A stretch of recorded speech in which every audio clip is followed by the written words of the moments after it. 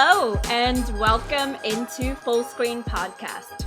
I'm your host, Kira Aster, and joining me today, as always, is my co-host, starting her own social media campaign for the Academy. #Room for All. It's Raven Ebert. How are we, Raven? I'm pretty bummed that I never received an Academy Award for all those excuses I made up to not go to school because I just wasn't feeling it. I would like some recognition too. There's room for all, right? There's room for someone who's basically done no acting, has received no training in acting, and the most acting I do is pretend to love certain kinds of alcohol around people who are really into them. Like, you can't say I don't like beer around people who love beer. So I put on the performance of a fucking lifetime slurping down an IPA, the worst kind of beer. I said it. So this is already relevant because this is exactly what Andrea Riseborough did in To Leslie. Mm-hmm. And for those who are wondering who the fuck is Andrea Riseborough, I remember her from a semi-decent sci-fi picture with Tom Cruise called Oblivion, and an insanely good horror movie called Mandy with Nicolas Cage. The highlight, of course, of that movie is Nicolas Cage, and I believe that, yes, you are awards worthy if you can share a scene with Nicolas Cage and not just burst out laughing. And I just don't believe that awards are something that you're entitled to necessarily as a actor. Hey, listen. #room at the top, okay? She just needed 200 votes and she got it, baby. She's in. Speaking of the Oscars, so are we ready for March 12th where Jimmy Kimmel is back on ABC just hosting away like nothing happened last year? I don't want to host.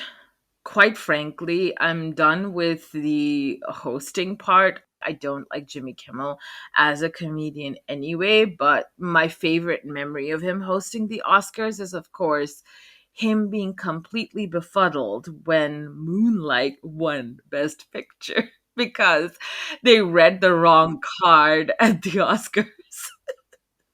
Yeah. One of the greatest moments. Well, the second greatest moment, I would say, from the Oscars. He's we'll see how it goes, but yeah, I agree with you that I don't think we need hosts. I think you just need presenters. Yeah.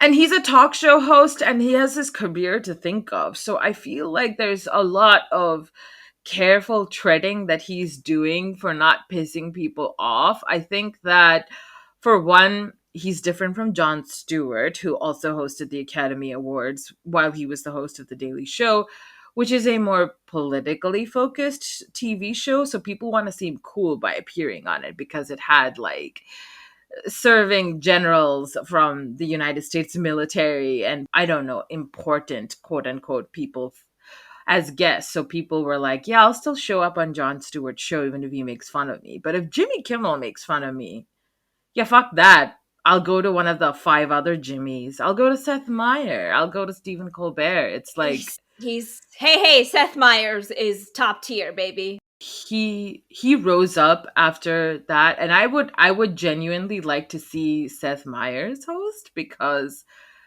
he's hosted the Emmys before, which was fine, but also he made fun of Donald Trump so badly at a White House Correspondents' Dinner that he prompted him to run for president. I want to see burns and roasts on that level. Do you understand what I'm saying? Like, I we'll see how this like hosting gig goes for Jimmy Fallon, because next year I'm still gonna hold on Jimmy to my Kimmel. put these awards. Jimmy Fallon, you did. And that's what I'm saying. They're so interchangeable. What do we know is the difference between their comedy styles? They both pander. Yeah, they both just look around and they say, hey, is this funny? Is this working? And that's kind of needy. Having said that, I'm very needy, so please provide me validation. Thank you. Speaking of validation, tell us about the social media so we can hear from our listeners. Absolutely. If you want to follow us on social media, you can do so on both Instagram and Twitter at fullyscreen_pod. And you also can follow us on the Full Screen Podcast on YouTube. We have our YouTube channel there. Please leave us comments, replies, suggestions for your, topics that you'd like to see us cover. You can also send that to us at our email at fullyscreened@gmail.com. Oh my God, I said the wrong handle for the socials. That's how active I am. You can find us on both Instagram and Twitter at fullscreen_pod. Yeah, just give us a shout out, give us good ratings on whatever platform you're listening to us to, whether it's on podcast or like and subscribe to our YouTube channel. Anything helps us grow. Awesome. All right, on to today's topic. Would you believe it? It's not the Oscars. No. Wish it was. So we're talking all things Netflix today. So we're going to talk a little bit about Glass Onion, the Benoit Blanc verse that Rian Johnson is building, the theatrical release strategies that streaming has started to play with, and then do an analysis of the Netflix changes, so the ads tier, and the password sharing crackdown that we've all been hearing about. So we got the tea and we got the hot takes. Let's go.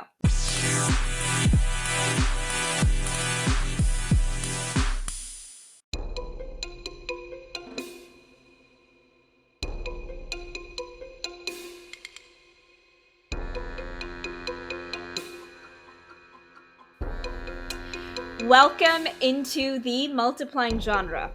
This is where today we'll be looking at the latest big budget release of Netflix, Glass Onion, a Knives Out mystery, and the slightly different way Netflix handled the release of this highly, highly anticipated project.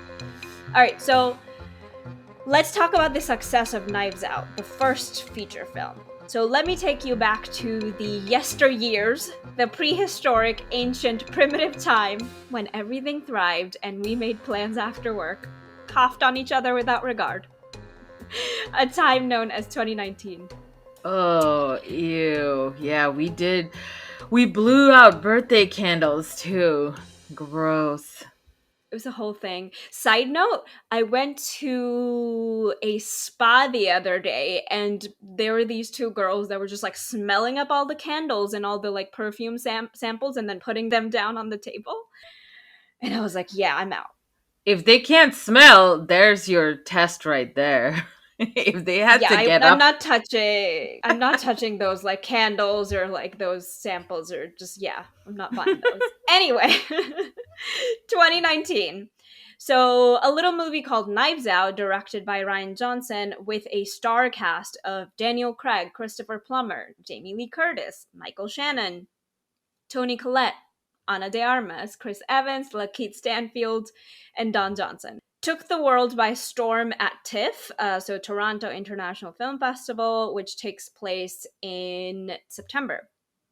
And all these early amazing critical reviews started to pour in. And when the movie came out in November for the general public, its opening weekend box office gross was $30 million, only behind Frozen 2, which, I mean, that makes sense. And now it stands at a total domestic box office gross of $160 million and a global gross of $313 million. It's very rare for this genre, right, to get up to these numbers, and so it's already made, by this time it had made its mark in the zeitgeist. And for Rian, this is a very special project. He had been working on an Agatha Christie inspired whodunit since 2005.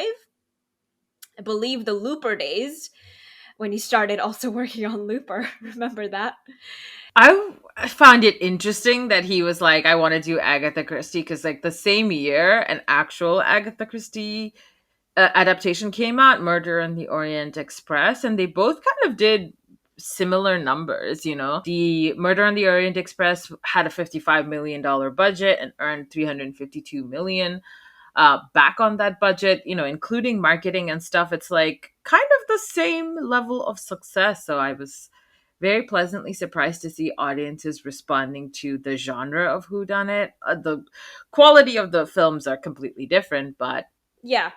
I love Agatha Christie, and I love this genre. I love the resurgence that's happening, and so I'm here for it. The film, as we know, has received major praise for its direction, cinematography, and acting.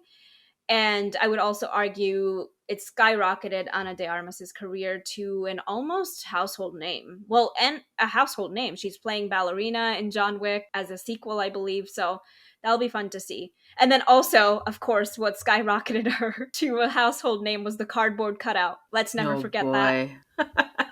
I think that was Casey Affleck's greatest role as of supportive brother throwing out, your ex's stuff in the trash. That's a good brother. I think that's it. Let's That's all never say that's that good. name again on this pod. Yeah, because he's a creepy piece of shit who has not been prosecuted for his crimes against good taste and also like actual crimes. But I think Anna has a way to go. I feel like she shouldn't be blocking her Stan accounts if she wants to become a household name. Like, let Ana de Uh-oh, there's tea Armas there. updates. Oh my goodness, the whole saga about her. Oscar nominee Ana de Armas now, which is a whole thing we need to talk about. Yeah. She blocked her Stan account on Twitter, and it was like, this is how you get famous, girly. It's not, there's no old Hollywood mystique anymore about like who you're dating or whatever. I guess I'm not saying she dated Ben Affleck to get fame, but why would you date Ben Affleck anyway? That's me projecting. I'm sorry. But her performance in this movie was pretty good, and I think she was coming off a hot It streak of was like good. Blade Runner, 2049, and stuff. So yeah, this was a big swell in her career momentum. So good for Yeah, her, and she went on to do an amazing, amazing film called Deep Water on Hulu. girl. No. Listen, just awful movie. Brings me a lot of joy anytime I watch it. It's just so bad that it's good, you know? Back to Knives Out. So stands at a 97% Rotten Tomatoes rating, a 4.1 letterbox rating. So very, very, very important piece of cinema. And then major trades describe this movie as maddeningly entertaining, ingeniously plotted. I believe Edgar Wright famously called it fiendishly plotted as well, which I love as a description. And AFI also placed this movie in its top 10 of the year. I really like that it was fun and that it didn't try to be too serious. Like it was not ashamed to admit that it had watched a lot of like Columbo and Murder She Wrote. Like there was a lot of reference to obviously the protagonists of Hercule Poirot and Miss Marple from Agatha Christie, but you could also see like shades of Columbo, and I would like to see more movies like this be taken up for awards consideration where the audience is enjoying themselves, even though there are a lot of like very, very serious topics handled within the narrative of the movie. There's a lot of discussion around, political issues, socioeconomic issues. Good for Lakeith Stanfield, 2017. What a year. Get Out and Nights Out. A king. Love it. He's dealing with the total spectrum of the of them whites, I guess. I don't know how else to put it. He's dealing with a different spectrum of caucasity. Yeah, it's that movie was very important to me. So we'll move on to how this led to Glass Onion, how this led to Ryan's partnership with Netflix. So, with the success and just a lot of just talk about Knives Out, Daniel Craig and the star Daniel Craig, who plays Benoit Blanc, and Ryan Johnson, the director, continued conversations on making a universe out of this film into an Agatha Christie type series. So, different ensemble, different setting, different mystery each time. And I suppose they were shopping it around and talking with executives in the industry. And in March 2021, Netflix outbid Amazon and Apple at an auction to acquire rights to the film and another sequel to Knives Out for 470 million. Chump So change.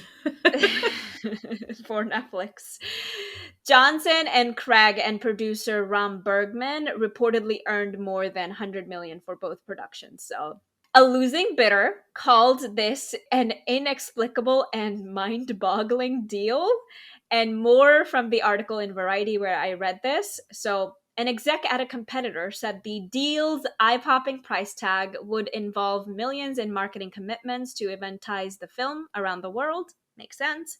They also noted that for talent like Craig, salary bumps for second and third sequels can grow astronomically, often eclipsing entire production budgets. For comparison, Craig made north of 20 million on recent sequels. So The franchising potential of I believe they should have been called the Benoit Blanc, but of course, like, I guess no one remembered his name from the movie, so it became a Knives Out sequel or Knives Out story, which is silly. I hope they change that retroactively because it should be a Benoit Blanc mystery, like, Hercule Poirot mystery. But I know that there were promotional events that was essentially dinner theater murder mysteries hosted by Janelle Monáe. I don't have a rich uncle who left me an obscene amount of money after he died, so I could not attend one of these, but just the idea of attending a murder mystery hosted by Janelle Monáe just sounds fun, but it was specifically Glass Onion related. So I'm thinking that in a couple of years, Netflix could just say, you know what would be fun? Redoing escape rooms, but as like Knives Out events or I could Benoit totally see Blanc it. events. I would totally go because it's such a, again, it's like it's becoming, I already see this as like, I don't think it will stay at only three movies, right? I think it becomes like a whole universe. A lot of I can see like sequels from like other characters in the movie. Like, where is Mm-hmm. Lakeith Stanfield's character now? Let me see him. I feel like that is the other franchising opportunity where you get to meet like all these casts of characters that are basically replicates of the Sherlock Holmes archetypes, the best friend who comes along and is like the regular guy to whom Benoit explains everything, like Dr. Watson. You have like some person in the police force that he's The also stand-in working for the with. audience. Yeah, you need the stand-in for the audience. Yeah, and you have someone in the police force who's doing like the kind of stuff that you need to do with access to like databases and stuff that regular people like you and me can't do because we don't have security clearances.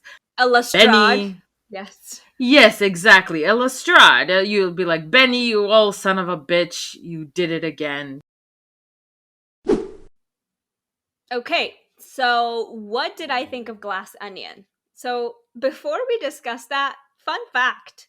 Ryan Johnson wanted Benoit Blanc to speak with a different accent in each film, which I, I would have loved that. For one, it would have been really fun to see Daniel Craig like stumble his way through a bunch of different accents. And like one of the things I was thinking about is just that he just picks a different region of the US and starts like doing that. Or he can go into like different types of southern accents. So in one he's like, oh hey, I'm from Minnesota. Oh yeah, we gotta solve this mystery. And then the next one he's like, a SoCal surfer dude, like, cha, we gotta solve this mystery, bruh. I This could also see mystery. Cockney and like Northern in like Oh, like England? No, I want it to be. Oh well, you know what? Actually, let me come up with a new idea. So he's actually gonna go hopping all over the world, right, with different mysteries to solve. And what he does is he just adopts the accent of the place that he was from previously. Like a hermit crab, he just like says, "Oh, this is mine now." So he and just yeah, that could he's you see how that could get tricky real fast.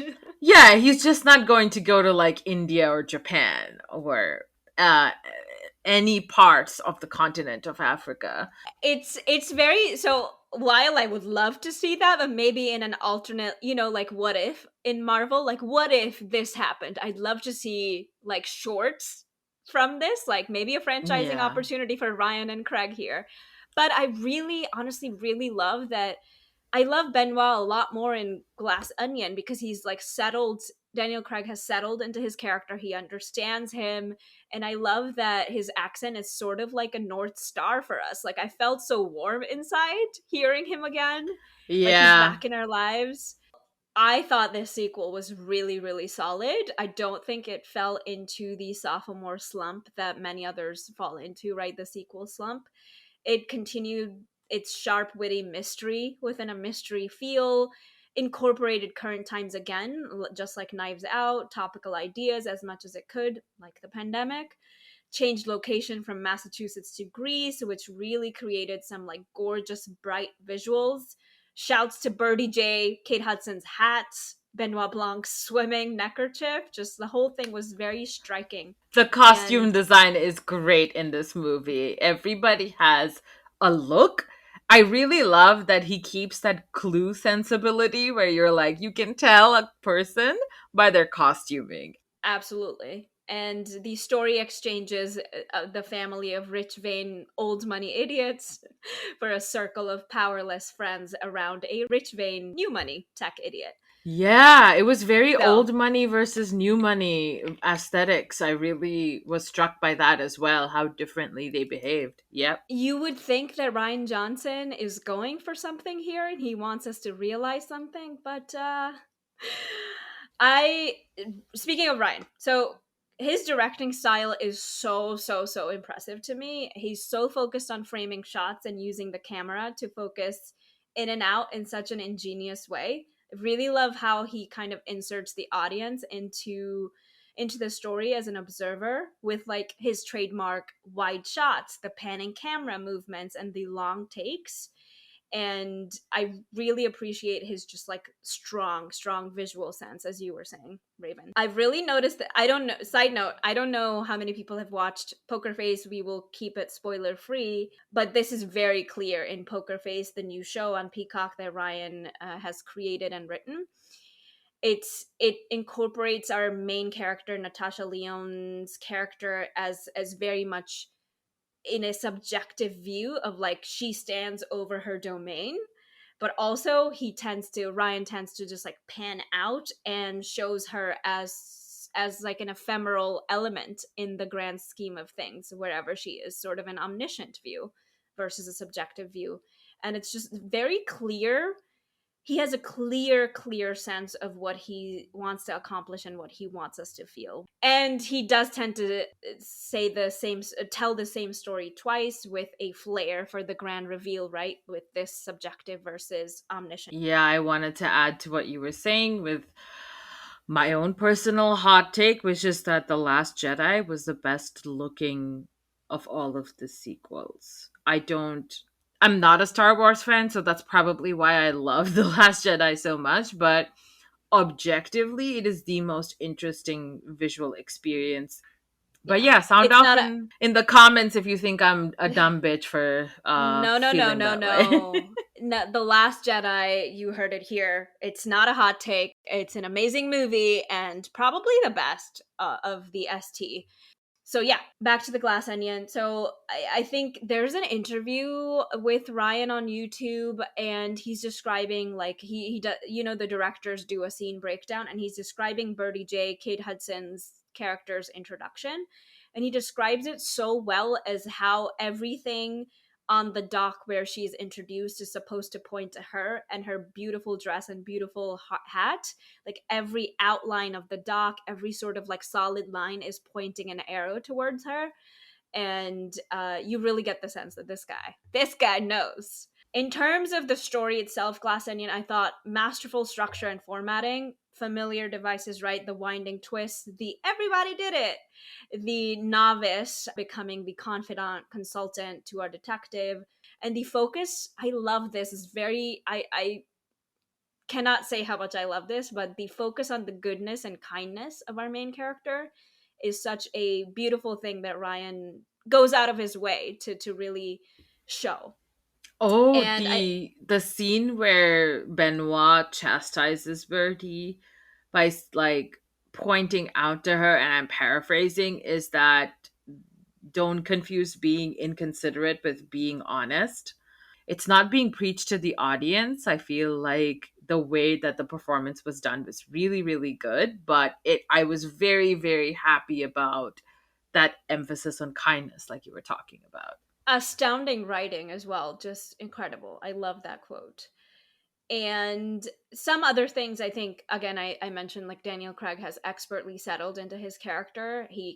We saw a lot more of his life this time around, him playing a game on Zoom just like the rest of us during the pandemic, with Natasha Lyonne, Stephen Sondheim, Angela Lansbury, and Kareem Abdul-Jabbar. It was Among Us. If you're not familiar with the game, it is a murder mystery essentially, where there is someone picking off people and you get to decide who the murder is, and And you are Benoit was told. really bad at it on He was Zoom. really, really bad at it because he couldn't figure it out. But if you watch the movie and you watch that scene with the game, it actually gives away the rest of the movie.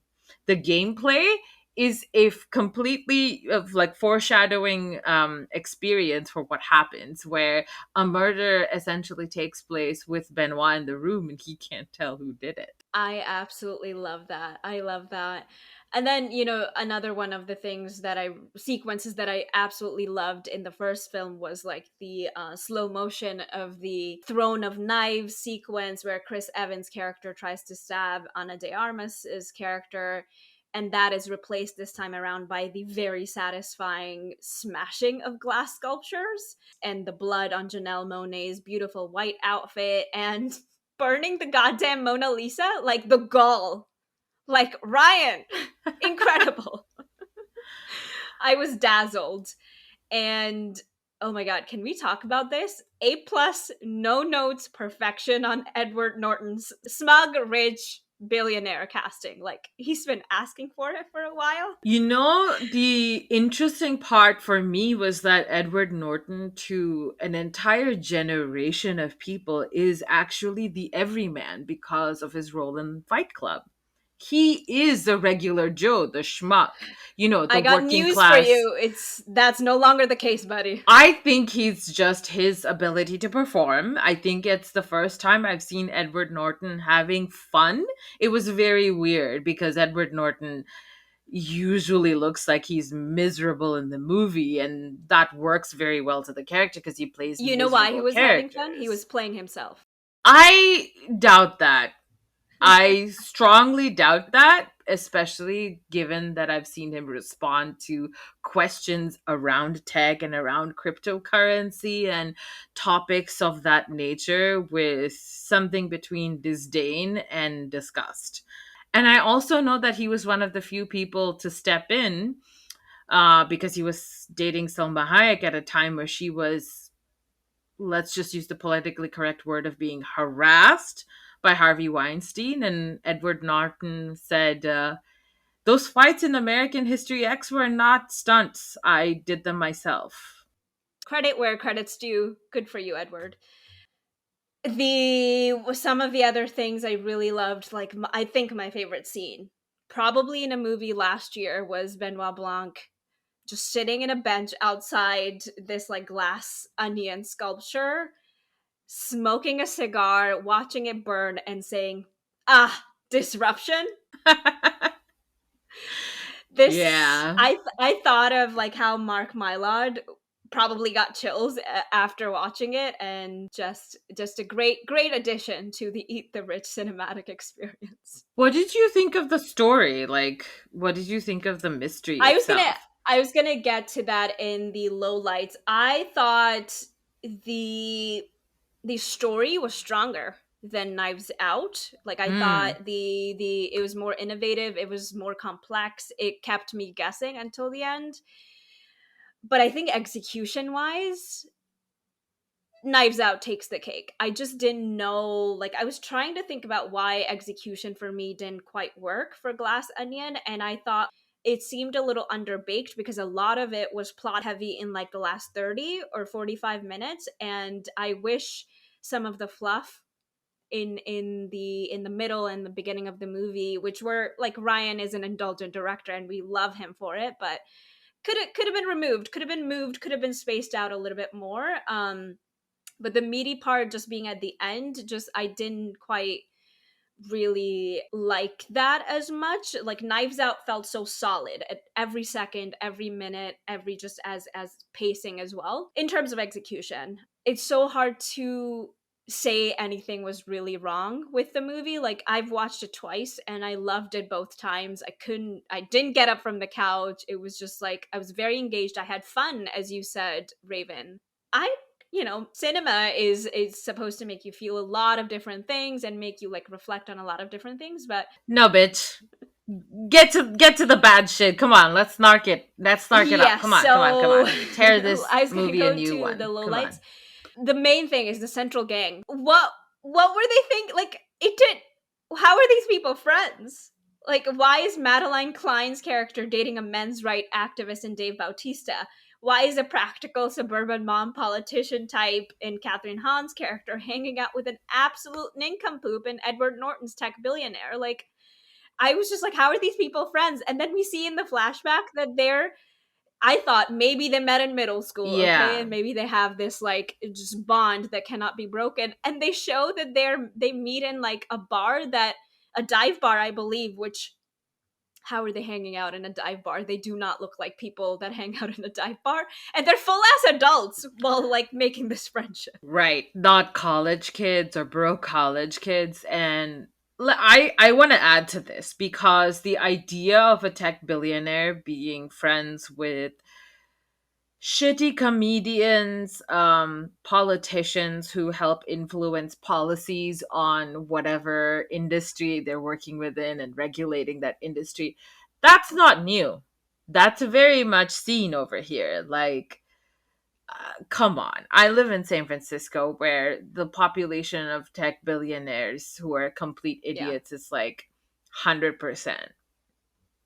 They have friends who are probably very shitty, and they have the ability to be friends with people who are from supposedly the opposite sides of the political spectrum, but ultimately want to enforce the same policies that make be Well, around him another thing, unless yeah, they're 100% agree. But it's also like they're very they show that it's not like, oh, I gotta go to this vacation and hang out with him for the money. They're all very excited to see him, like genuinely. And I yeah. was like, what is happening? Yeah, that part was weird. Actually, the reaction from the Kate Hudson character, I feel, is natural.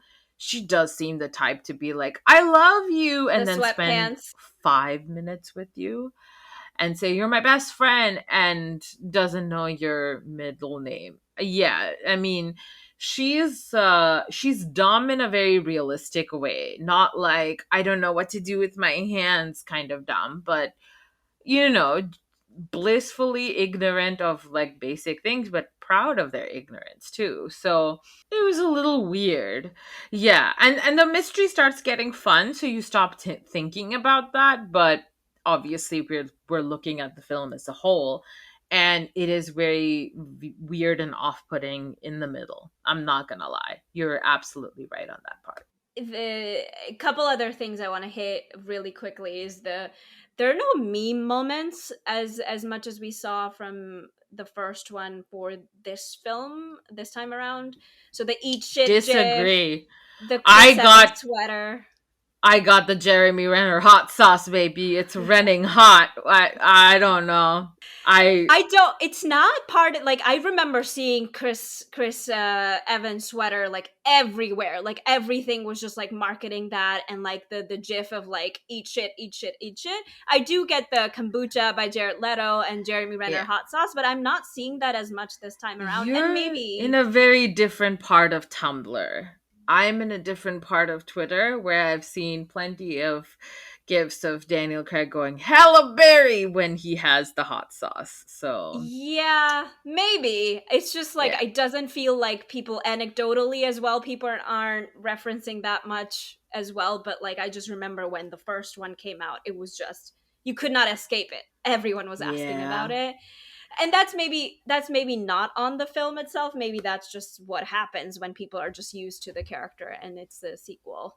And then just I was referencing anecdotally, I think anecdotal evidence as well, just like talking to people, it doesn't seem, again, that's maybe just like a sophomore thing that happens, like it doesn't seem as like a striking hit with people, just normal people and not critics. And I don't know how we can compare the success really more concretely, just because the incredibly different release strategies between the two films and so many other factors involved. Which, Raven, take it away.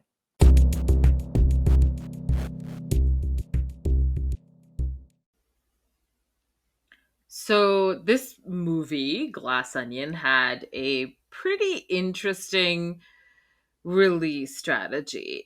I don't think it's unique in Netflix. It's certainly not the first time that they've actually endeavored to have a theatrical release for a movie, but let's talk some numbers.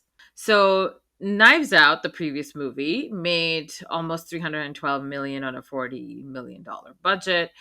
Pretty definitive box office success, even if you account for doubling the budget for marketing and stuff. So audiences seem to be responding to this genre, so it seemed like a good thing to have more. We were ready for more sequels.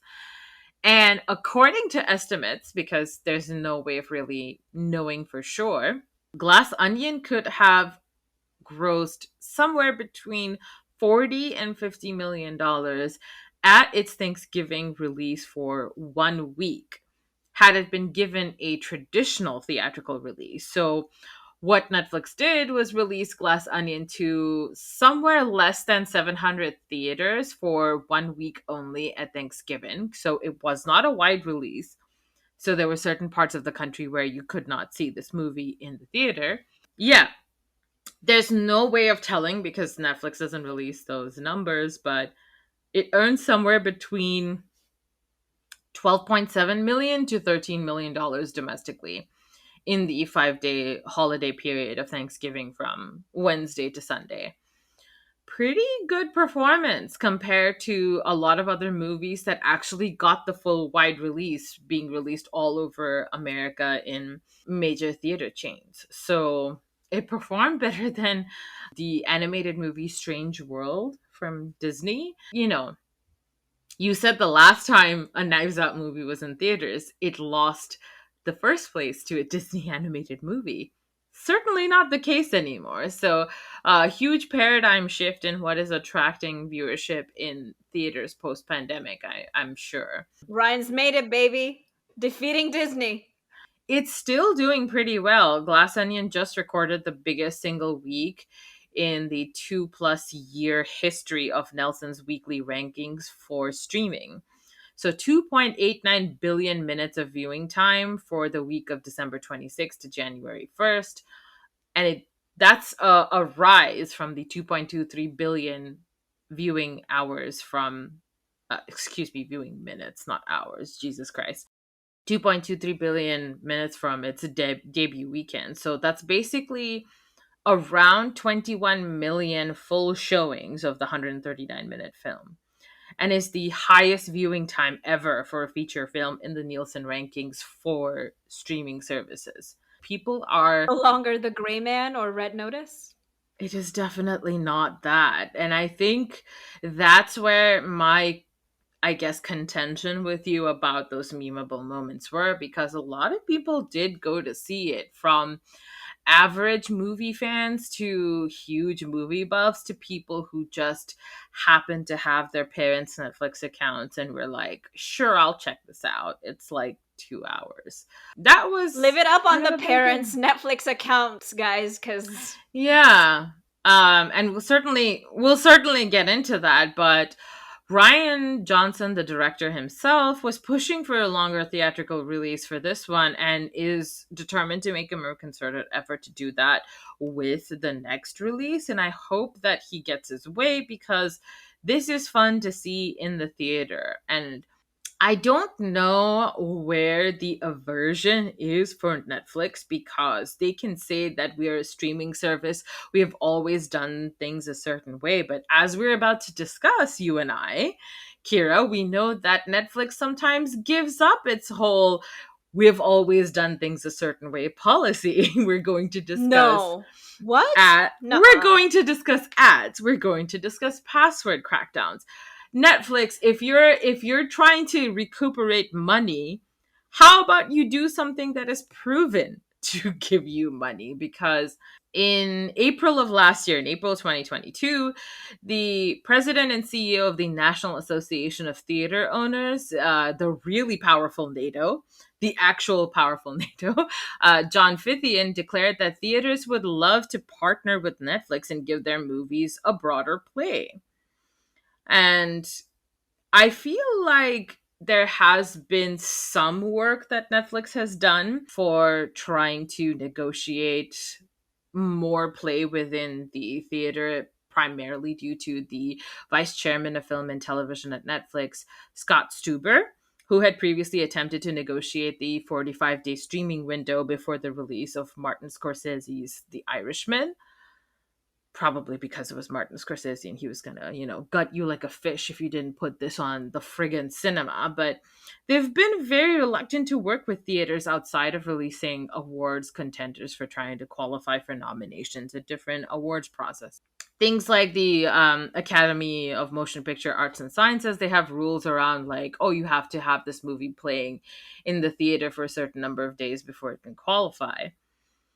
I just We've talked about, Avatar, The Way of Water, Top Gun Maverick, Jurassic World Dominion. These are three movies that grossed over $1 billion. So it shows me two things. One, stop putting colons in your titles. It's very annoying. It's not going to get Yes. you money. Number two, people are coming back to the theater. They're not coming back to the theater for seeing everything, but they're coming back to the theater to enjoy some levels of communal experiences. And Netflix is losing the ground that it gained in 2020. It's reported its first loss of subscribers in the first quarter of 2022. They need to be more proactive in understanding what is the shift in audience response to theaters reopening again. So, from a film lover's perspective, you can enjoy all those aspects of movies that Ryan Johnson and directors like him focus on. Cinematography, sound design, sound editing, appreciating the visuals of the film.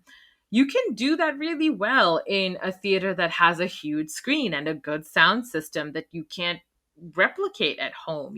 So sometimes you do want to watch Avatar in the theater because your sound system at home or your shitty laptop at home can't compete with like the Dolby Digital surround of. What's gonna replicate my dishwasher running in the background and just like my dishes just clinking and clanking while I watch Avatar at I home? don't know if James Cameron is going to be mad. I think like Martin Scorsese will be mad. Like, you have your dishwasher on at the same time. This isn't cinema.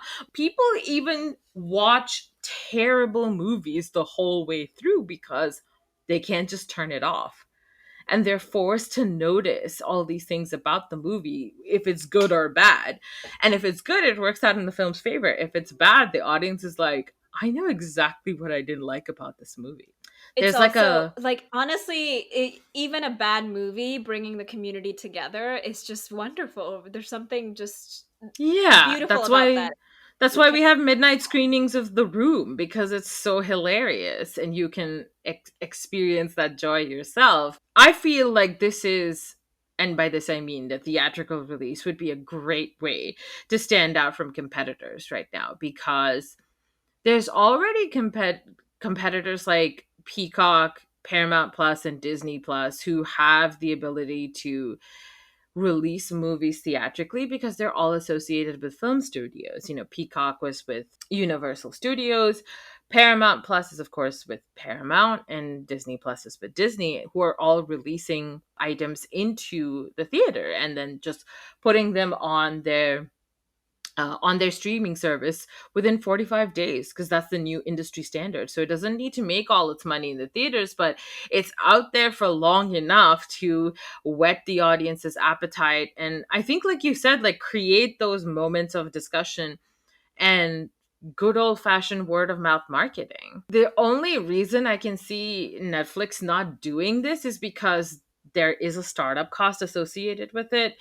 There's going to have to be internal restructuring that makes certain parts of Netflix resemble how things run at a traditional movie studio. And they obviously chose to focus that time and effort and money into work like the ad supported tier and the password crackdown, like the technical aspects of the streaming service, to recuperate operational costs. And I feel like that was the wrong decision, in my opinion.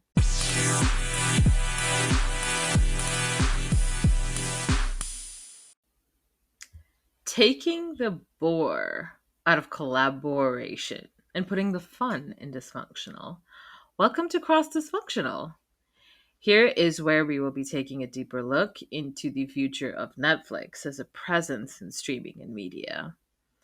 And I do want to say that it feels like a deeply personal investment into the, I would say, future success of Netflix because it's been around so long and it was one of the first things I ever got for myself as an adult was a Netflix account. It felt like one of those things that you do when you graduate from college or you graduate into adulthood. It's like, oh, you've got your own Netflix account, you make decisions in your life. So A rite of passage for our generation. it truly was. And so what's happening now really feels like a tectonic shift because Netflix has always been resistant to showing ads before they implemented the new ads tier. So if we look at their competition, 76% of Peacock subscribers, 57% of Hulu subscribers, and 44% of both Paramount Plus and Discovery Plus's audiences are subscribed to their respective ad supported tiers in the US. So this is a pretty good snapshot of how successful it has been in other platforms. And I think Netflix wants to replicate that. So they began pitching to advertisers and agencies before they brought on former Snap and Amazon ad sales execs, Jeremy Gorman, as its advertising chief, and a sales veteran from NBC Universal, Hulu, and Snap, Peter Naylor, as her top lieutenant. So they have people who have got a significant amount of experience in both ad sales in general purview, but also because they have experience on Snap and Universal and Hulu and Amazon. I feel like they understand how this works within the streaming perspective as well. So there was a lot of hope internally for this project. Both of the Uh-oh. executives have I heard past tense. Yeah, I'm dropping a lot of spoilers here. You are very clever in detecting the tense to understand the present circumstances at Netflix, I must say. Both of these executives have publicly characterized the launch of the ad support tier as kind of incomplete, as something that they're planning to build more slowly over time, like build upon what's being put out. So let's take a look at what the ads tier currently is. It was announced in April 2022, around the same time that it reported a loss in subscribers, and then launched 7 months later in November of 2022 at $6.99 a month and available in 12 locations globally. So it's one of the lower prices of ad tiers. I think the only one that's lower is Peacock Premium at $4.99 a month out of the sort of top 8 streaming services in the United States. So users were told that they could expect around 4 to 5 minutes of ads per hour, but the number of ads per hour is not predictable. But if that's the case, there's no understanding of where that capping of 4 to 5 minutes comes from, which I feel is one of the problems that's presented with this ads tier. Users can pause the ad, but they can't skip them. Netflix does provide a countdown for how long the ad break is so that you are aware. They haven't put any kind of scary eye tracking technology as far as I'm aware. So you can dip out of the room and dip back in if you don't want to see the ad. Because it is, a lower tier service provided in Netflix, the ads tier comes with restrictions. The most upsetting one, I think, is that it excludes some popular TV series and movies for which Netflix says that it doesn't have the rights to serve advertising. So around 5 to 10% of the total titles are what Netflix said were unavailable in the ad tier, depending on the market, which is Wait. fascinating. I did not know this. So, Hmm. okay. It's So you know very how strange. Spotify does this thing for audiobooks, which is just an awful experience where you search for an audiobook and it shows it to you, and then you click on it and it says unavailable. Why did I take those actions to search and click? Hmm. So anyway, so I wonder how on the UI they'll handle Yeah. that. Interesting that you mentioned that to Spotify because Netflix clearly shows you that things are unavailable in the hope that you will upgrade your plan. It makes it very clearly known that this is not available in your plan, and it does provide you the option to actually try and upgrade them. So, and I'll get into that later because there are some restrictions around the operating systems of the devices and platforms that Netflix supports. So there's different user experiences across the board. But it does seem deliberate for Netflix to say, hey, you could actually do this if you paid a little extra and you won't see the ads to like the very basic, I which I imagine believe Tiger is. King will be very available, and then the Gray Man, Red Notice, and all of its quote unquote premium content will be behind this sort of Yeah, experience. I don't necessarily know what it is. I think for now it is a straightforward issue of licensing because one of the most intriguing examples was Arrested Development, a show that ran on Fox for 3 seasons before being picked up by Netflix over a decade after its cancellation on cable television.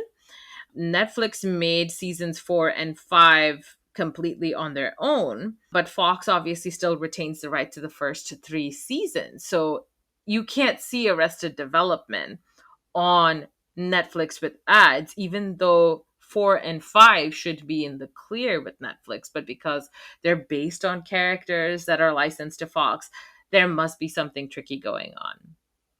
I don't have clarity into the reasons why.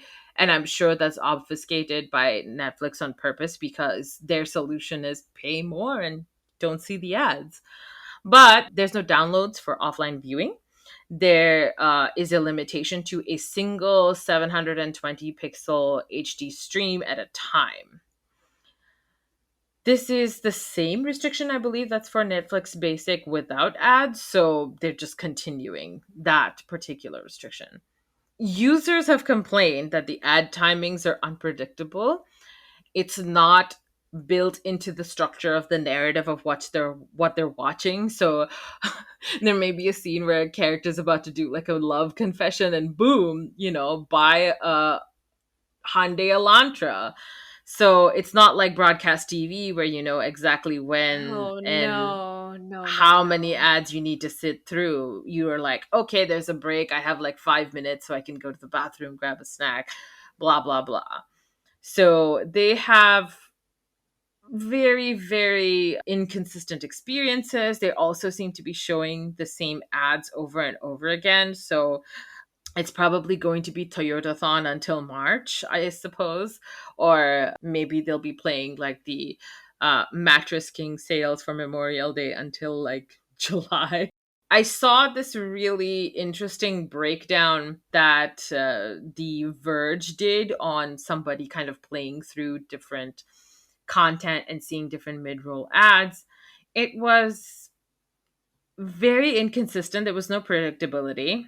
For example, it said every Netflix branded show that they tried to watch had an ad in the front, but different number of mid roll ads. So there's no consistency, even though the length of the content was the same. Netflix movies that they tried to watch only had ads in the beginning, but nothing in the middle. So it's not interrupting a movie experience. That's weird. This is very like the Roku channel. Yeah. Yeah, the TV shows Community, Seinfeld, and Grey's Anatomy had no ads. And the movie Crazy Stupid Love had ads in the front and only one mid-roll ad in the middle. But The Italian Job had front ads and three spots for mid-roll ads. I don't know what the logic is, or maybe it's like different things with different studios. I don't know what that is. So this is basically the messy experience, and it's reflected in the success of the feature. So within a month, about 9% of the US Netflix subscriber signups were for the ad supported package, making it the least popular among its plan options. Only 0.1%, not even a whole percentage point, 0.1% of existing Netflix users switch to the ad supported tier. So it's not working out to like retain people either. This is in comparison to 15% of new signups that reportedly opted for their competitor HBO Max's ad supported subscription when that launched in 2021 for the first time. Oh, this is So embarrassing for Ted Sarandos. this is the first month. So let's look at 2 months later. 9% are, it's still holding steady for 9% of new Netflix subscribers in the US opted for the ad supported tier. And investors have been informed that basic with ads will not represent a material contribution to Q4 earnings. That's tech speak, that's industry Jack Donaghy speak for this isn't working out the way we hoped it would. So, You're doomed. here's some real embarrassment. Okay, let's hear some real epic fails, fucking 2012 style. Netflix actually fell short on the viewership guarantees it made to ad buyers in the first few weeks. It only delivered at the most of like 80% of their targeted. So they had to issue refunds to their clients, basically, because not enough people saw those ads. No, no. That's embarrassing. Oh Yeah, no. they had originally sought advertisers to pay $65 per thousand impressions, which is actually higher than the $50 tag that Disney sought for Disney Plus. And they have subsequently lowered their price to $55 per thousand impressions, but I'm pretty sure that the ad buyers are smelling blood in the water and they're going to like haggle this down. And this is all baffling to me. There's like, I haven't seen a big marketing push to promote the ads supported tier. Like they're not even like trying to market this as a budget friendly Netflix thing. I haven't seen anything. You take the subway in So New York for City. How much context, exposure have you seen of this shit? None, zero. right? So for context, like I am closer. I'm so close to this. I keep abreast of all the news and in tech and streaming. I honestly did not know it had already launched. It launched in November. I think they should have taken more time. As a product manager, it did not meet the definition of done. It is extremely unpredictable. You are a UX focused platform, Netflix. If you don't have a good user experience, nobody will give a shit that Love Island or MILF Manor or whatever nonsense you are churning out for cheap on Netflix is attracting viewers because you're a UX focused platform. It's so uneven to both people in the ads tier and people who want to leave the ads tier and upgrade. There's no consistency within an experience. And the reason, of course, is that because they're retrofitting this into a platform that never made room for ads, right? Like, we both know that you have to start from the ground up and redo infrastructure, migrate stuff before you get into this. It did not meet the definition of done. I understand that you can release something in phases, but whatever you release in a phase should be a complete idea of its own. Oh my gosh, can you imagine the tech debt they've built up for this? Whew. Those fast follows actually need to be fast, guys. This is insanely poorly thought out. But as a person who loves content, here's my biggest concern. I am so afraid that this is going to start a new era of censorship in Netflix.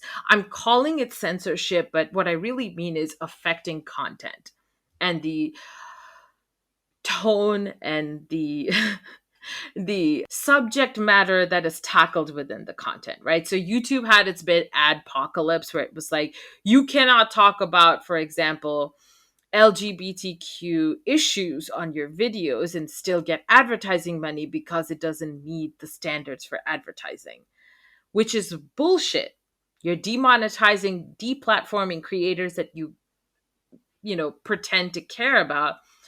There could be something that the Ford company says, hey, can we not show this part of a story in a Netflix TV show because it deals with like bad practices in the car factory and we want to avoid that, and then be hit with buy a new Ford truck today. And Netflix has to kowtow to this and say, yeah, okay, we'll make changes.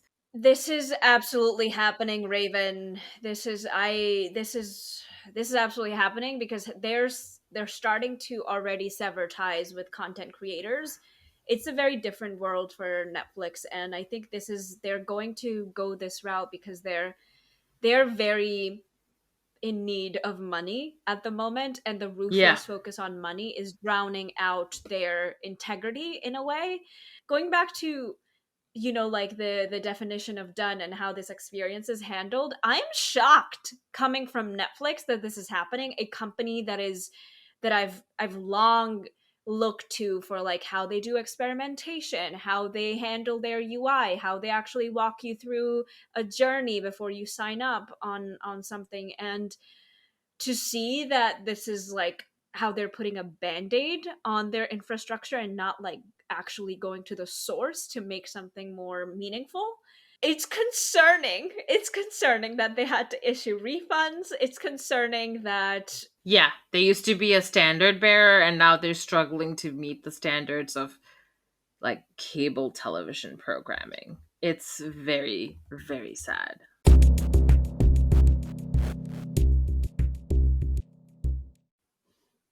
okay, so let's talk about this other thing that's happening at Netflix, and that is the password crackdown. So we've been hearing about this beast for a while. If you don't know about this, it's simple. If anyone outside of your house, your apartment, your living quarters is using your account, well, you got to pay more per household, or break up with them, screw your family, boot them from your account. That's it. Simple. In response to the terrible, horrible, no good, very bad years, honestly, past couple years, that Netflix has had, in addition to the ads tier that Raven just talked about, they're also implementing this travesty of a policy. So they tested this out over the pandemic in Latin American markets. So Peru, Chile, Argentina, Costa Rica, and because according to Paul Erickson of the streaming analysis firm Parks Associates, executives rolled out this policy in countries outside their huge markets so they don't potentially suffer a large amount of subscriber goodwill loss. Yeah, so Central and South America also represent Netflix's lowest revenue per user, making them particularly vulnerable to any changes in pricing, any changes in their relationship with Netflix, really. And I mean, is this sounding insidious yet? Like, Yes. Yes. This is what the next James Bond is going to have to deal with. Like, this is his villain. Do you know what I mean? Like, we're done with warlords. Now it's like Netflix execs. Oh, God. oh my God. Can you imagine Ted Sarandos and like Reed Hastings being like, you gotta come into the office 5 days a week, and then James Bond I comes in believe with. this kind of behavior is deeply insidious. It is preying upon the most vulnerable parts of our society. Hell's bells! Oh my God, we're giving out free ideas to Netflix, Raven.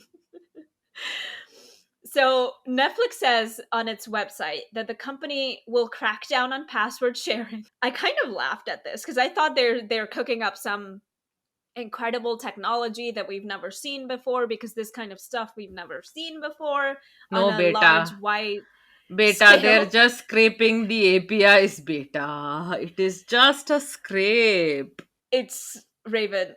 You're joking, but this is it. This is it. This is No, it exactly is it. So they're literally going just to a look, scrape, yeah. literally, they're going to look for IP addresses, device IDs, and account activity from devices signed into the Netflix account. No. So let's just look at how did the testing go in these testing markets in Latin America. Are y'all ready? According to Rest of the World website, in June 2022, it was reported that the testing efforts were majorly fizzling.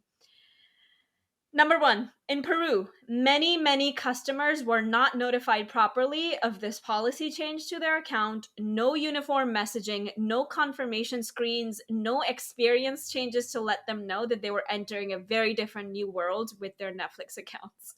I see Raven just laughing so hard. What in the sci-fi dystopia bullshit is this? You are now part of the new system. You have been assimilated. Descenders will be eliminated. Like, what is this? And some of these customers, I highly encourage everyone to read this article on Rest of the World. We'll probably link it, because they interview some of the customers and it's a very enjoyable read. Number two, because of the definition of household is so loose, because they're charging per household now, is their whole thing. Regulatory consumer protection agencies across Latin America rose up like a beast when they heard of this. And they met with Netflix representatives and asked them, not politely, we assume, to really buckle down on their communication and tighten up their strategies, tighten up their definitions, and really just scrap the whole thing and communicate in a better way, or else fines. Number three, many customers who did not get the notification that they would be charged for extra households on their account are yet to receive any extra charges. So they got the notification, they simply skipped the message without incident, and that was that. They have not been charged. And number four, this is very important. A customer service representative said that she was instructed that if a subscriber called arguing that someone from their household was just using the account from another location, blah blah blah, it's not actually another addition, she should inquire further and tell the subscriber that they could use their account without extra charge with a verification code. Who in the Netflix product team went through a messy breakup? I I want to know this. Yeah. That's my question. You know, That's my input. That's all I have to say for now. I can totally imagine like the like a little like bring us ideas of like what's the next feature we should build, and just like someone angry with like a bunch of slides and like a like pulling to experimentation team, two people away from the experimentation team and running data, and they just like passionately presented on why this should be a thing. And yeah, anyway. I want that bitch off my account. I mean, don't you think we should start password crackdown so people are encouraged to get their own accounts? Yeah, Listen. we'll call this project Move Bitch Get Out the Way. How about that? Listen, if someone has access to this presentation, we would love to see it. This pitch. Give it to us. So this verification code, right? This allows members outside a subscriber's home to continue using the shared account for free. So we can assume that many people are on this verification code train because Reddit exists. So that was the testing phase. So what does this mean for the US and the rest of the world, where password crackdown is now gonna come in pretty very soon? I think later in Q1 is the understanding, so around April. So once it launches the password sharing, Netflix says that it expects some, quote, cancel reaction in each market, but that the long-term benefits of people paying for additional accounts will result in, quote, improved overall revenue, just like the ads tier did, right? See, this isn't like, your kids growing up, they get their own apartment, they should also get their own Netflix account, because real estate is a limited option. We only have like so much, and there's so many constraints. This is not gonna go the way that they think. I'm here for the drama. Give me some popcorn. So, credit where credit's due, which is where I think Netflix mostly succeeds. I mean, we've seen with ad revenue, they've really failed. So, they are starting to really facilitate some features that encourage behavior changes related to this launch. So, they have added capabilities to better manage access and devices through their account settings. So, you are able to see and remove and edit whoever and which devices and which person is really using your account. And that's pretty cool. I'm surprised that didn't exist before, but okay. Also, a new feature, profile transfers, should now start showing up in your account.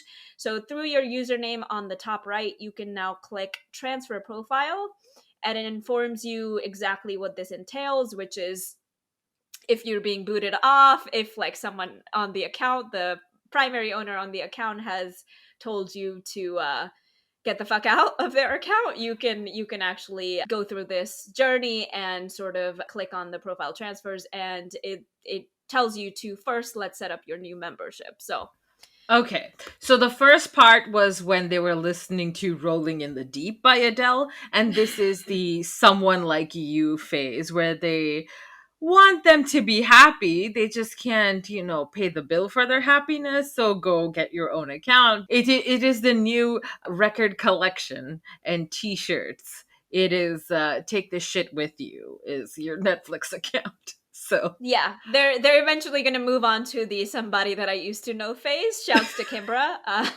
But so that was an overview. So what do I think about this? Here's my advice. It was good while it lasted. It's time to call it quits. Cancel your account. Get the hell out of there. That's it. In all seriousness, I think if they do this right, which I don't understand how they could really get the correct tech infrastructure that clamps down on this accurately and fairly and across the board, there is no precedent for this, right? They would be the first one to do this in such a manner. UI wise, again, as I've said this before, I have no doubt they'll make it work. They'll make it look stunning to loot you blind with your eyes and heart and wallet open. They got this down pat. I They're good don't at know this. about the UI UX part after reading through and experiencing the ad tier catastrophe. They may just be scrambling to make money. Well, after listening to the ads tier overview, that was alarming. But the tech itself, like how are this is where I like really am really confused. So let's step back. Maybe, just maybe, they've figured out a magic potion for this, but this is honestly absurd. If they're using IP addresses, right?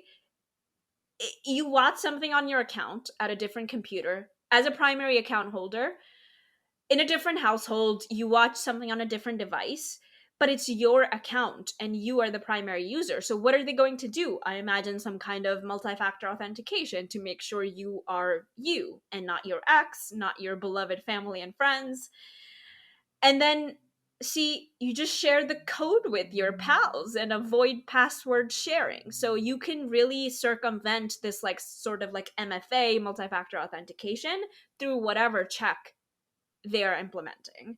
And maybe this works. Maybe they're going to full on roll out a tank and an army and have you provide like DNA proof of your existence and identity in some way. Maybe they figured this out. What do I know? But if they're doing it the way that I think it's standard in the industry, where like, yeah, IP addresses, we're going to look at point one, point two, point three, and then check with like MFA, two-factor authentication, something, it's not gonna work. And that already bothers, like having MFA in general already bothers me with like my bank accounts and like DoorDash or like everything. It's Yeah. just art. And I can't imagine this like raising the barrier to entry working well for a streaming service. So you're supposed to lower the barrier to entry, so just open up the space so you have like a thriving, functioning, burgeoning consumer base. But like if you create another barrier, it like either lowers trust or it lowers your just excitement with which you come to discover content, and you're already pissed off, like you've already like pissed the customer off in their entry. Yes. I don't understand why they didn't take the approach of like add an extra dollar to add three more accounts that can view this instead of cracking down on password sharing. This could be the way that you encourage those particular use cases where several people, like 8, 9, 10 people, are sharing the account saying $1 more a month or $2 more a month. So when it's split those 10 ways, everyone feels okay, we're not getting cheated out of our money. We're just paying a little bit extra. That's exactly, I think if they framed it as like you get with your like standard Netflix membership, you get 4 or 5 accounts. If you want to add one more person wherever they might be, doesn't matter, you pay $1 more, like instead of framing it as a Exactly. household. So I just don't understand. And again, like I I do think whatever. Netflix is an insidious Indian grandmother who wants to bring back like that multi-generational family house where the and uncles and everybody is on one Netflix account because it all has to be within the like family haveli. And I don't understand why they're doing that because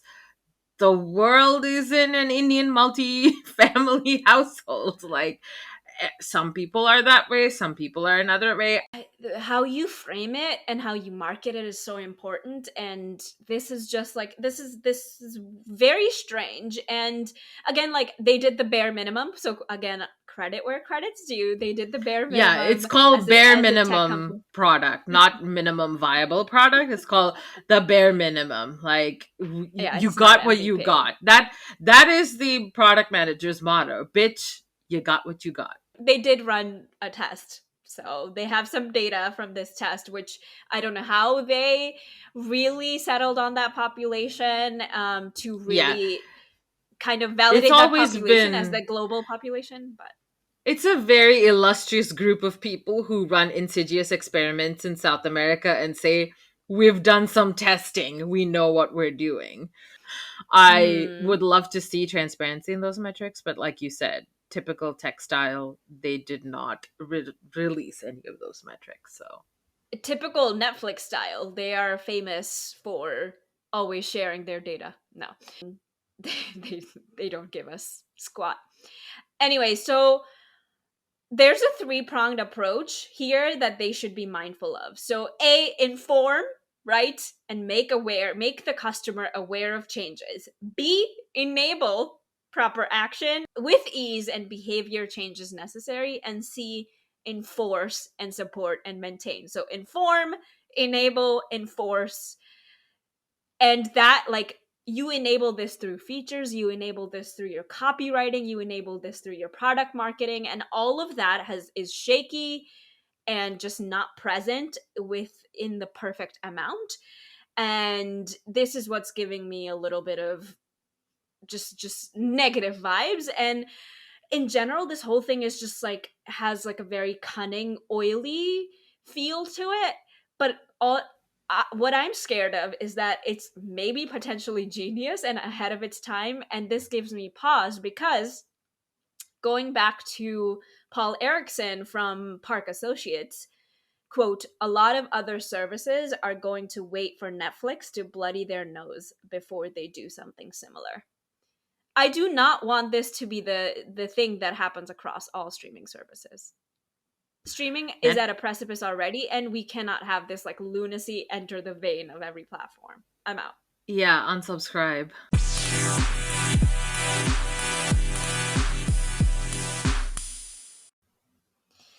Final thoughts. So, looking at Netflix from a bird's eye view, their new strategies, their new programming slate, their new ruthless, aggressive way of cutting ties with creators, all the cancellations, them experimenting with the theatrical strategies that we covered today. It's clear that they're hell-bent on revenue. They need to get that back up. We get it, but they're like absolutely, in terms of how to go about a strategy, they're like a shark on this. Are they doing something the right way, with the right cadence, with the right technology, experiences, relationships? There's been some major changes, leadership changes, I believe in the past week, maybe in the last 10 days. Our man Reed Hastings, the CEO, is out. Ted Sarandos becomes the sole CEO, and his previous position as chief content officer is now taken up by our gal, Bela Bajaria, who we talked about last episode. We do wish her luck in getting this ship under control. But I am reminded of, I believe it was in Buffering Newsletter with Joseph Adalian, where it was mentioned that someone asked Bela what she likes to watch, what is her favorite genre, and she responded in such a non-committal, like, I like everything. Internet is a series of tubes way, that I was like, yeah, this girl has never watched There anything in is her life. one charitable explanation for this, and that is trying to remain neutral so that content creators and creatives do not try to alter what they're doing, because Bela Bajaria says she loves murder podcasts and therefore everything has a murder podcast in it.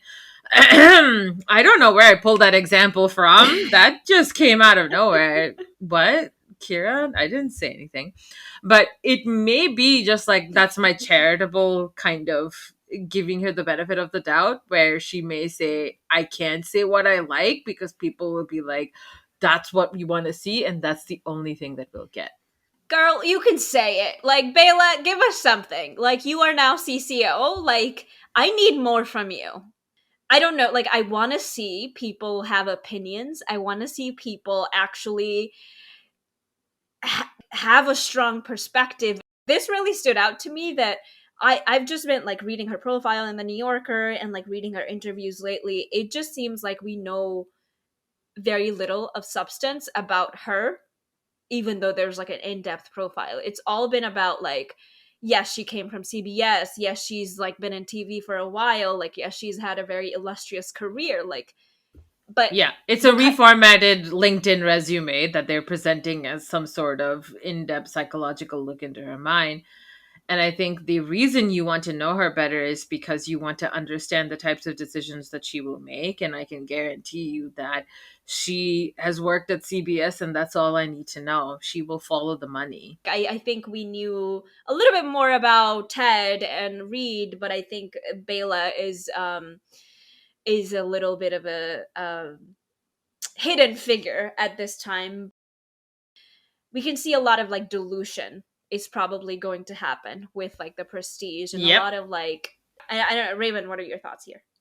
Very reminiscent of Disney animation in the early 2000s and late 90s. Like after the Renaissance period, it became not really associated with a great bunch of stuff. I mean, I don't see anyone like fondly reminiscing about, I don't know, Brother Bear, even though that was like a perfectly all right movie. But I guess people want more than all right because it comes with that branding and that prestige. And it's taken a lot of hits to their reputation. They obviously have a lot more competitors now than they started out with. And I mean, I suppose it's good to not have a monopoly on content and information, but what we're getting out of the process isn't some utopian free market splendor. It is, again, taking the consumer for a ride.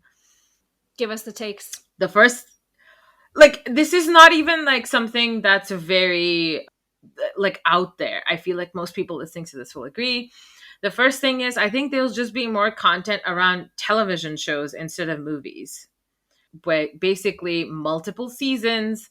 They want to plan something out that people can watch like several hours of content with, because no one is signing up to Netflix to watch a specific movie. I think it's still very TV show driven. I mean, even the binge watching culture was based around television. and they're going to be looking at those numbers within the release week very closely.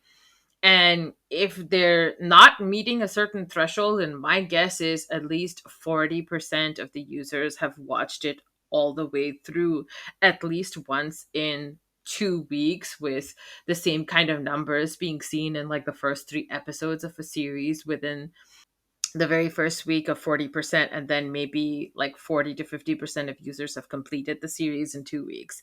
That's my prediction for those thresholds, because if they don't meet that, it's out. And this Netflix is threshold, already, we know nothing about, like, they don't share these numbers, right? Like 1899 yeah, famously, we don't know why it was canceled, even though it seemed to be yeah. very much part of the zeitgeist. Mm-hmm. Yeah, there's obviously going to be like budgetary constraints and things that make certain shows more expensive than the other. But for like, I predict a lot of like sitcom. I think the 90s show revival of the 70s show is the main precursor for that. It's a cheap sitcom. It doesn't have expensive work around set design, decoration, no special effects budget. That's where they're going to keep going. Number two is going to be fewer awards contenders and prestige content. And I don't just mean fewer things from Netflix getting nominated for Emmys and Oscars, but like fewer things that are made specifically with like, this could get an Emmy or an Oscar.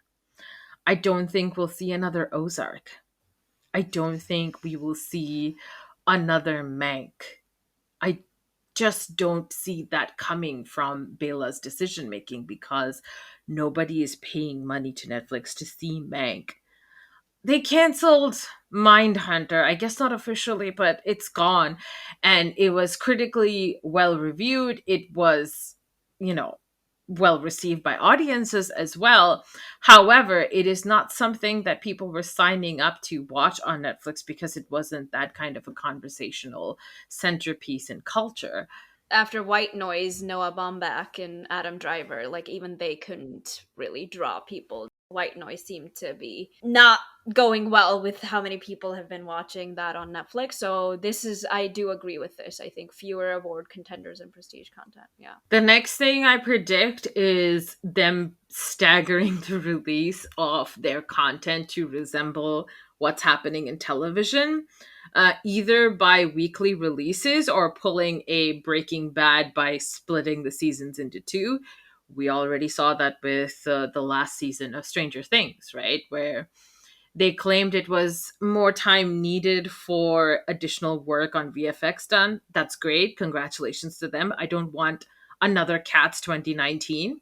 However, I believe that there is also a deliberate attempt to keep things in public conversation. The Boys on Amazon successfully did this. Come a new season of something on Netflix, I'm like, wait, what Mm-hmm. happened last season? Because you tend to consume it in like 2 days and then it's gone from your memory. Does not hold a space inside you. Yes. Yes. Yeah. And I think that's just because, yeah, if you dump all that content all at once, yes, people consume it immediately. And so they are going to try and be strategic with certain things that they feel have the potential to strike a nerve in the cultural cachet. They're going to release that. And the way that they're going to do that is my fourth prediction. They're going to pick up shit that already exists, existing franchises, existing IPs, and build upon that. They're going to turn fan fiction into reality. So get out all of your spec scripts that you have for like weird shows in the 90s that got canceled, or your 2000s fan fiction about, I want to say, not HBO shows like Sex and the City, which had the Carrie Diary spin-off, but like, hell, why not just make a cheaper?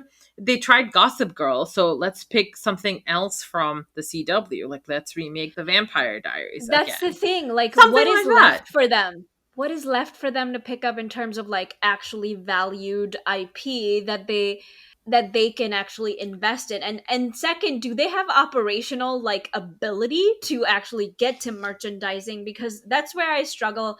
This would be it. This is what they should do, but I can't believe that they haven't. Yeah, they're trying some of that for sure. I think, for example, the thing that pushed me towards this was they want to pick up IP because there's a whole bit like world of merchandising tied into it. If you look at how they've been working with The Witcher, it's not just associating itself with the books, it's also associating itself With with the the least video game. popular So there's Hemsworth? oh yeah, they must have been mad about Miley Cyrus dropping that song, huh? They're definitely going to put some reference to a woman telling Geralt, I can buy me own flowers, thank you. Just as a get it, we know it. There's so much Witcher merchandise. There's so much, like, there's this flood of crap that's going to end up in landfill in 40 years that they Yay! are pushing out through their like officially licensed merchandise. They've invested money into their merchandising website. This is where they want to get money. Like they're doing some YA stuff, they're doing Shadow and Bone and fantasy, and they're doing The Witcher, of course, also in the fantasy genre. I'm really struck by So the Poker Face is Ryan Johnson's new show is not on Netflix, despite the existing relationship, and it went to Peacock. All you need to know is right there. Like Ryan Johnson didn't want to continue this sort of relationship, or maybe he wasn't allowed to. We never know. maybe it never went to offer because they spend a lot of money on an existing franchise that came out and was popular in theaters, and then they said we'll never release the sequel in theaters, which is weird. But Poker Face is a new property, Yeah, and both Ryan Johnson and Natasha Lyonne have relationships with Netflix, and they do. it Yeah, didn't go there probably because they didn't think it would be something that they could sustain for more than a season. yeah. They are looking for their like neck. What is their Marvel? What is their like IP that they spin out like What is their 20 next shows? Stranger Things? What is their next Yeah, Stranger Things, yeah. essentially? Have you, by the way, have you been reading all these interviews? I believe Finn Wolfhard, I believe it was him who gave an interview like it would be stupid to continue this show beyond the next season. And I'm starting to get the sense that they're being pushed to continue. Yeah, that is that the show that they had a new, like they'll just get a brand new villain every time, so that's the trick, is they'll just get an actor and slather him in some makeup and prosthetics, and voila, brand new season. At some point, you're entering the Dexter territory. Like, you tarnish the whole show by actually, like, Hmm. stretching it too long and just being like, yeah, well, that show was crap because the last season. So you just want to be careful of that. So I think those are good thoughts, Raven. And that's where we'll leave it for today. Next time, it's rom-com season, y'all. Next time, we're covering streaming and rom-coms, resurgence of a beloved genre on a new medium. Until next time, full screeners, bye! Bye, everyone.